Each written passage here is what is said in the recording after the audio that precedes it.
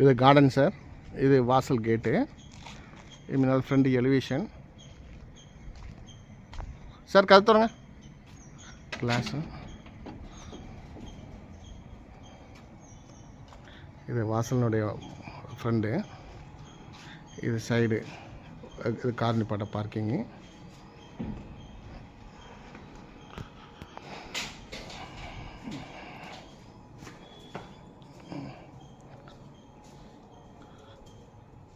Sir ரூமில் எல்லாம் light பண்ணுங்க.